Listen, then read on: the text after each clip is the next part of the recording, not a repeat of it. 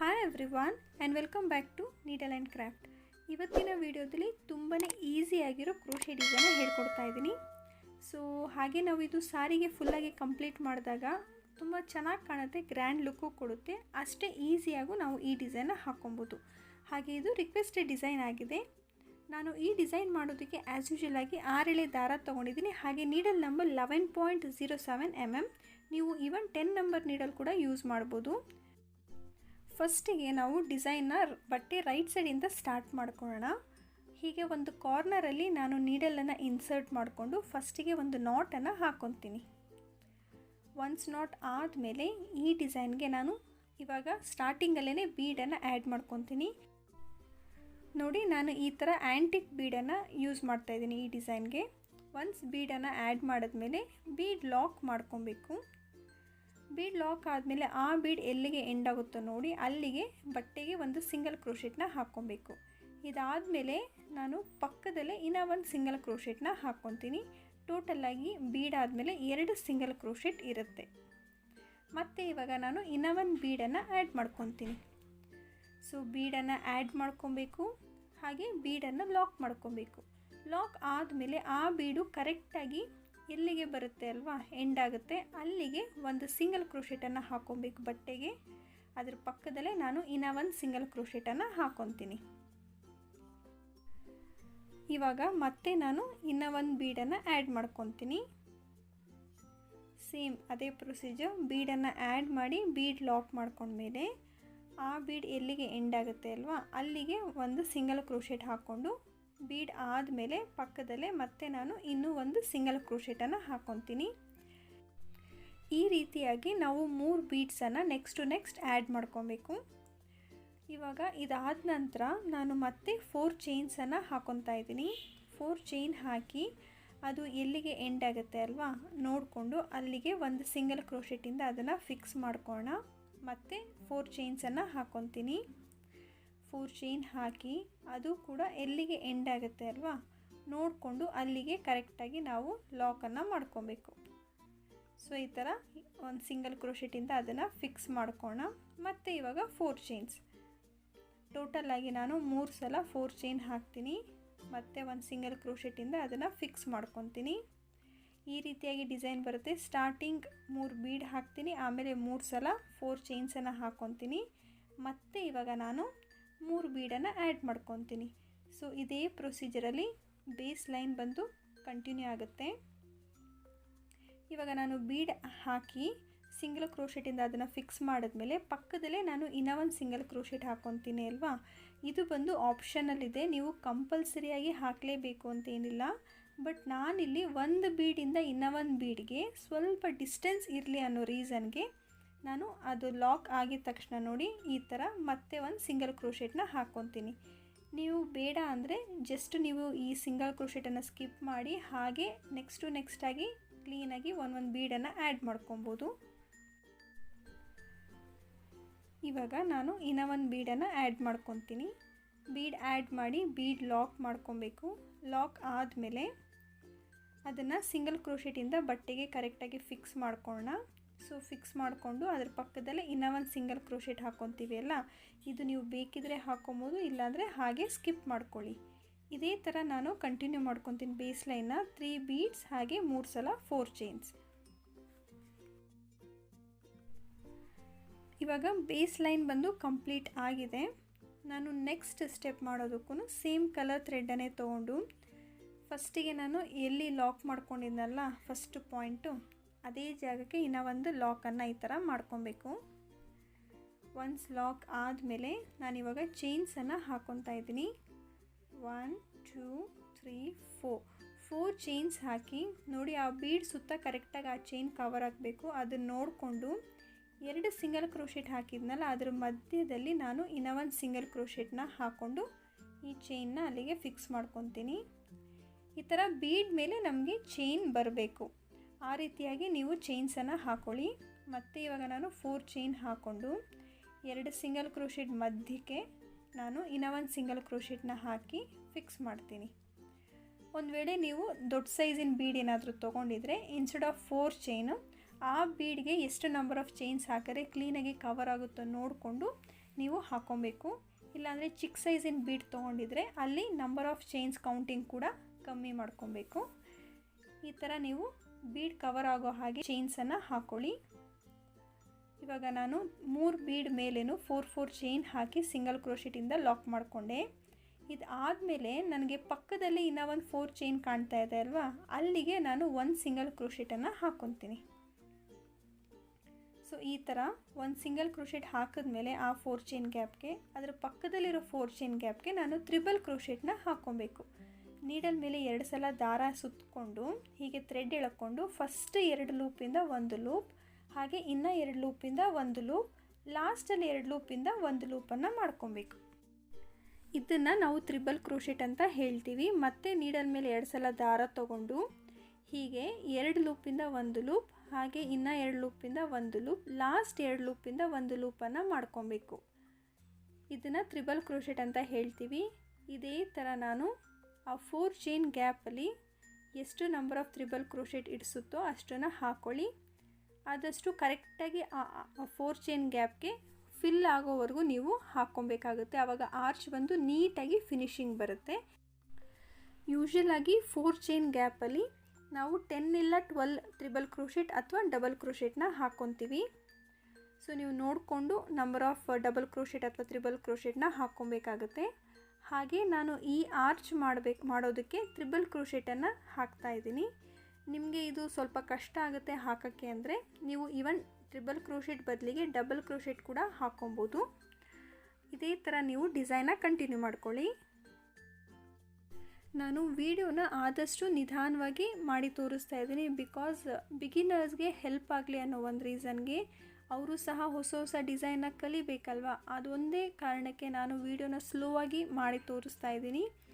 ಜೊತೆಗೆ ಯಾರಾದರೂ ಹೊಸದಾಗಿ ಈಗಷ್ಟೇ ಕುಚ್ಚು ಹಾಕೋದನ್ನು ಕಲಿಯೋರಿದ್ದರೆ ನಾನೇನು ವಿಡಿಯೋ ಮಾಡ್ತೀನಲ್ಲ ಅದ್ರ ಜೊತೆಗೇ ನೀವು ಡಿಸೈನ್ನ ಹಾಕ್ತಾ ಬಂದರೆ ನಿಮಗೂ ಇದೇ ಥರ ನೀಟ್ ಫಿನಿಶಿಂಗ್ ಬರುತ್ತೆ. ಜೊತೆಗೆ ಡಿಸೈನ್ ಕಾನ್ಸೆಪ್ಟ್ ಕೂಡ ನಿಮಗೆ ಕ್ಲೀನಾಗಿ ಅರ್ಥ ಆಗುತ್ತೆ.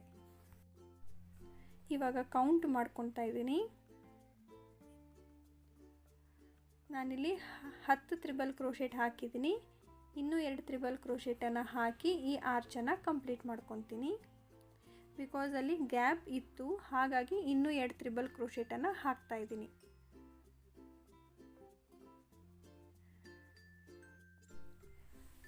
ಆರ್ಚ್ ಇವಾಗ ಕಂಪ್ಲೀಟ್ ಆಗಿದೆ ನೋಡಿ. ಕಂಪ್ಲೀಟ್ ಆದಮೇಲೆ ಈ ಥರ ಕಾಣುತ್ತೆ. ತ್ರಿಬಲ್ ಕ್ರೋಶೆಟ್ ಹಾಕೋದ್ರಿಂದ ತುಂಬಾ ನೀಟ್ ಫಿನಿಶಿಂಗ್ ಬರುತ್ತೆ. ಇದಾದಮೇಲೆ ನೆಕ್ಸ್ಟ್ 4 ಚೈನ್ ಬ್ಲಾಕ್ಗೆ ನಾನು 1 ಸಿಂಗಲ್ ಕ್ರೋಶೆಟನ್ನು ಹಾಕ್ಕೊತೀನಿ. ಅದಾದಮೇಲೆ ಪಕ್ಕದಲ್ಲಿ ನಾನೇನು ಬೀಡ್ ಪಕ್ಕ ಸಿಂಗಲ್ ಕ್ರೋಶೆಟ್ ಹಾಕಿದ್ನಲ್ಲ ಅದ್ರ ಮೇಲೇನು ನಾನು ಇನ್ನೂ 1 ಸಿಂಗಲ್ ಕ್ರೋಶೆಟನ್ನು ಹಾಕ್ಕೊತೀನಿ. ನೆಕ್ಸ್ಟ್ ಇವಾಗ ಆ್ಯಸ್ ಯೂಶುವಲ್ ಆಗಿ ಬೀಡ್ ಸುತ್ತ ನಾವು ಚೈನ್ಸನ್ನು ಹಾಕಿ ಸಿಂಗಲ್ ಕ್ರೋಶೆಟಿಂದ ಅದನ್ನು ಫಿಕ್ಸ್ ಮಾಡ್ಕೊಬೇಕು. ನಾನಿವಾಗ ಇದೇ ಪ್ರೊಸೀಜರ್ ಕಂಟಿನ್ಯೂ ಮಾಡಿಕೊಂಡು ಇನ್ನೂ 1 ಆರ್ಚ್ ಕೂಡ ಫಿನಿಶ್ ಮಾಡಿದ್ದೀನಿ. ನೆಕ್ಸ್ಟ್ ಸ್ಟೆಪ್ ಮಾಡೋದಕ್ಕೆ ನಾನು ಬೇರೆ ಕಲರ್ ಥ್ರೆಡನ್ನು ತೊಗೊಂಡು ಫಸ್ಟ್ ಪಾಯಿಂಟ್ ನಾವು ಎಲ್ಲಿ ಲಾಕ್ ಮಾಡ್ಕೊಂಡಿದ್ವಲ್ಲ ಅದೇ ಜಾಗಕ್ಕೆ ಮತ್ತೆ ನಾನು ನೀಡಲನ್ನು ಇನ್ಸರ್ಟ್ ಮಾಡಿಕೊಂಡು ಹೀಗೆ ಒಂದು ಲಾಕನ್ನು ಹಾಕ್ಕೊಳ್ಬೇಕು. ಲಾಕ್ ಆದಮೇಲೆ ನಾನು ಬೀಡ್ ಮೇಲೆ 4 ಚೈನ್ ಏನು ಹಾಕಿದ್ನಿ ಅಲ್ವಾ, ಆ 4 ಚೈನ್ಗೆ ಸಿಂಗಲ್ ಕ್ರೋಶೆಟನ್ನು ಹಾಕ್ಕೊಳ್ಬೇಕು. ಸೊ ನೀವು 4 ಚೈನ್ ಗ್ಯಾಪಲ್ಲಿ ನೋಡ್ಕೊಳ್ಳಿ 4 to 5 ಸಿಂಗಲ್ ಕ್ರೋಶೆಟನ್ನು ಹಾಕ್ಕೊಳ್ಬೇಕು. ಬಟ್ ಆ ಚೈನ್ ಫುಲ್ಲಾಗಿ ಕವರ್ ಆಗೋವರೆಗೂ ನೀವು ಸಿಂಗಲ್ ಕ್ರೋಶೆಟನ್ನು ಹಾಕ್ಕೊಳ್ಳಿ. ಇಷ್ಟೇ, ಕೌಂಟಿಂಗ್ಸ್ ಅಂತ ಏನಿಲ್ಲ. ನಾನು 5 ಸಿಂಗಲ್ ಕ್ರೋಶೆಟನ್ನು ಹಾಕ್ಕೊಂಡಿದ್ದೀನಿ. ಇದಾದಮೇಲೆ ಬೇಸ್ ಲೈನಲ್ಲಿ ನಾನು 2 ಸಿಂಗಲ್ ಕ್ರೋಶೆಟ್ ಹಾಕಿದ್ನಲ್ಲ ಬೀಡ್ ಮಧ್ಯದಲ್ಲಿ, ಆ ಮಧ್ಯಕ್ಕೆ ನಾನು ಲಾಕನ್ನು ಮಾಡ್ಕೊತೀನಿ. ಅಂದರೆ ಆ ಬೇಸ್ ಲೈನ್ಗೆ ನಾನು 1 ಸಿಂಗಲ್ ಕ್ರೋಶೆಟಿಂದ ಇದನ್ನು ಫಿಕ್ಸ್ ಮಾಡ್ಕೊಬೇಕು. ಈ ಥರ ಕಾಣುತ್ತೆ. ಇದಾದಮೇಲೆ ಮತ್ತೆ ಪಕ್ಕದಲ್ಲೇ ಇನ್ನು 4 ಚೈನ್ ಇದೆಯಲ್ಲ ಬೀಡ್ ಮೇಲೆ, ಅಲ್ಲಿಗೂ ನಾನು ಸಿಂಗಲ್ ಕ್ರೋಶೆಟ್ ಹಾಕ್ಕೊತೀನಿ. ಇಲ್ಲೂ ನಾನು 5 ಸಿಂಗಲ್ ಕ್ರೋಶೆಟನ್ನು ಹಾಕ್ಕೊತೀನಿ.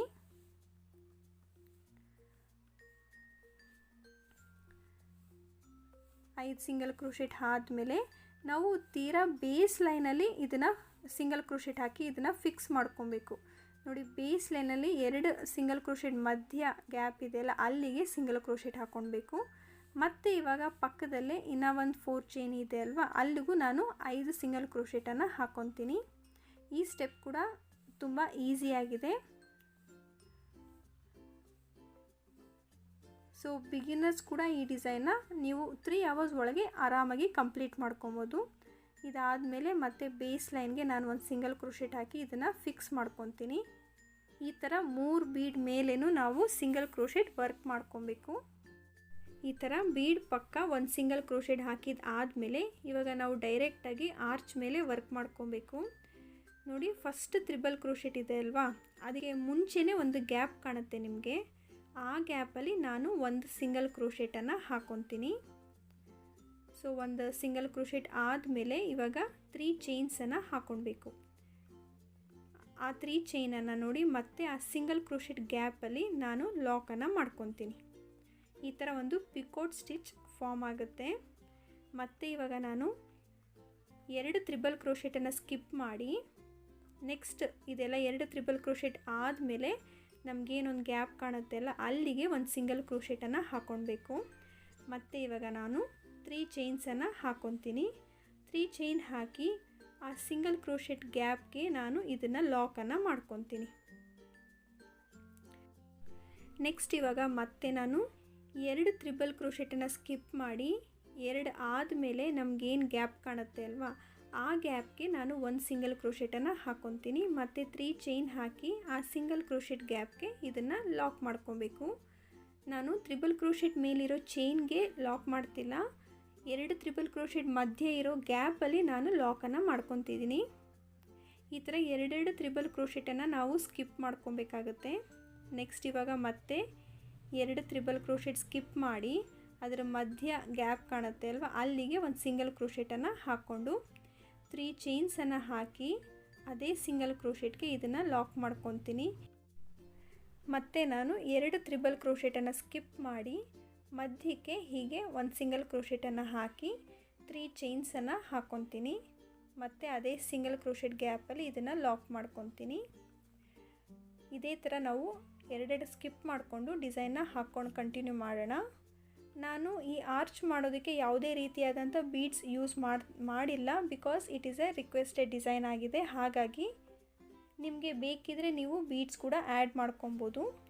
ಇವಾಗ ನೋಡಿ, ಲಾಸ್ಟಲ್ಲಿ 2 ತ್ರಿಬಲ್ ಕ್ರೋಶೆಟ್ ಆದಮೇಲೆ ನಮಗೇನೊಂದು ಗ್ಯಾಪ್ ಕಾಣುತ್ತೆ ಅಲ್ವಾ, ಲಾಸ್ಟಿನ 2 ತ್ರಿಬಲ್ ಕ್ರೋಶೆಟ್ ಮಿಕ್ಕಿದೆ, ಅದು 2 ಆದಮೇಲೆ ನಮಗೆ ಅಲ್ಲಿ ಒಂದು ಗ್ಯಾಪ್ ಇದೆ. ಆ ಗ್ಯಾಪ್ಗೆ ನಾನು ಒಂದು ಸಿಂಗಲ್ ಕ್ರೋಶೆಟ್ನ ಹಾಕ್ಕೊತೀನಿ. ಸ್ಟಾರ್ಟಿಂಗಲ್ಲೂ ಅಷ್ಟೇ ನಾನು ತ್ರಿಬಲ್ ಕ್ರೋಶೆಟ್ಗೆ ಮುಂಚೆ ಇರೋ ಗ್ಯಾಪ್ಗೆ ನಾನು ಸಿಂಗಲ್ ಕ್ರೋಶೆಟ್ನ ಹಾಕ್ಕೊಂಡಿದ್ದೆ. ಲಾಸ್ಟಲ್ಲೂ ಅಷ್ಟೇ ತ್ರಿಬಲ್ ಕ್ರೋಶೆಟ್ ಆದಮೇಲೆ ಸಿಂಗಲ್ ಕ್ರೋಶೆಟ್ನ ಹಾಕ್ಕೊಳ್ಬೇಕು. ಈ ರೀತಿಯಾಗಿ ಕಾಣುತ್ತೆ. ಆರ್ಚು ಕಂಪ್ಲೀಟ್ ಆದಮೇಲೆ ಈಸಿಯಾಗಿದೆ, ಚೆನ್ನಾಗೂ ಕಾಣುತ್ತೆ. ಇದಾದಮೇಲೆ ನೋಡಿ, ಬೀಡ್ ಪಕ್ಕ ನಾನೇನು ಸಿಂಗಲ್ ಕ್ರೋಶೆಟ್ ಹಾಕಿದ್ನಲ್ಲ ಬೇಸ್ ಲೈನಲ್ಲಿ, ಅಲ್ಲಿಗೆ ನಾನು ಒಂದು ಸಿಂಗಲ್ ಕ್ರೋಶೆಟ್ನ ಹಾಕ್ಕೊತೀನಿ. ಬೇಸ್ ಲೈನ್ಗೆ ನಾವು ಸಿಂಗಲ್ ಕ್ರೋಶೆಟ್ನ ಹಾಕ್ಕೊಳ್ಬೇಕು. ಸೊ ಇವಾಗ ಮತ್ತೆ ನಾವು ಸೇಮ್ ಪ್ರೊಸೀಜರ್ನ ಕಂಟಿನ್ಯೂ ಮಾಡ್ಕೊಳ್ಳೋಣ. ಇವಾಗ ಆರ್ಚ್ ಆದಮೇಲೆ ಬೀಡ್ ಇದೆ ಅಲ್ವಾ, ಅದ್ರ ಮೇಲೆ 4 ಚೈನ್ ಇದೆ. ಆ 4 ಚೈನ್ಗೆ ನಾನು ಮತ್ತೆ ಇವಾಗ 5 ಸಿಂಗಲ್ ಕ್ರೋಶೆಟನ್ನು ಹಾಕ್ಕೊತೀನಿ. 1 2 3 4 ಆ್ಯಂಡ್ 5. ಇವಾಗ 5 ಸಿಂಗಲ್ ಕ್ರೋಶೆಟ್ ಆದಮೇಲೆ 2 ಬೀಡ್ ಮಧ್ಯ ಬೇಸ್ ಲೈನಲ್ಲಿ ಏನು ಸಿಂಗಲ್ ಕ್ರೋಶೆಟ್ ಇದೆ ಅಲ್ವಾ, ಅಲ್ಲಿಗೆ ಒಂದು ಸಿಂಗಲ್ ಕ್ರೋಶೆಟ್ನ ಹಾಕಿ ಇದೇ ಥರ ನಾನು ಡಿಸೈನ್ನ ಫುಲ್ಲಾಗಿ ಕಂಪ್ಲೀಟ್ ಮಾಡ್ಕೊತೀನಿ. ಸೊ ನಾನು ಡಿಸೈನ್ನ ಕಂಪ್ಲೀಟ್ ಮಾಡಿ ಹಾಗೆ ಕುಚ್ಚು ಕೂಡ ಕಟ್ಟಿದ್ದೀನಿ. ಬೀಡ್ ಕೆಳಗಡೆ ನಾವು ಸಿಂಗಲ್ ಕ್ರೋಶೆಟ್ ಹಾಕಿದ್ವಲ್ಲ, ಆ ಜಾಗಕ್ಕೆ ಕುಚ್ಚನ್ನು ಟೈ ಮಾಡಿದ್ದೀನಿ.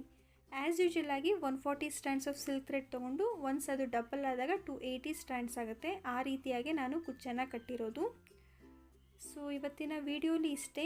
ನೀವು ಸಹ ಈ ಡಿಸೈನ್ನ ಟ್ರೈ ಮಾಡಿ ಹೇಗೆ ಅನಿಸ್ತು ಅಂತ ನನಗೆ ಕಾಮೆಂಟ್ ಮಾಡಿ ತಿಳಿಸಿ. ಇಷ್ಟ ಆಗಿದ್ದಲ್ಲಿ ಲೈಕ್ ಮಾಡಿ, ಶೇರ್ ಮಾಡಿ, ಹಾಗೆ ಕಾಮೆಂಟ್ ಮಾಡಿ. ಜೊತೆಗೆ ನಮ್ಮ ಚಾನಲ್ನ ಸಬ್ಸ್ಕ್ರೈಬ್ ಮಾಡ್ಕೊಂಡಿಲ್ಲ ಅಂದರೆ ಬೇಗ ಸಬ್ಸ್ಕ್ರೈಬ್ ಮಾಡ್ಕೊಳ್ಳಿ. ಇನ್ನೂ ಹೊಸ ಇಂಟ್ರೆಸ್ಟಿಂಗ್ ಆಗಿರೋ ವಿಡಿಯೋ ಜೊತೆ ಸಿಗ್ತೀನಿ. See you soon. Until then take care and bye.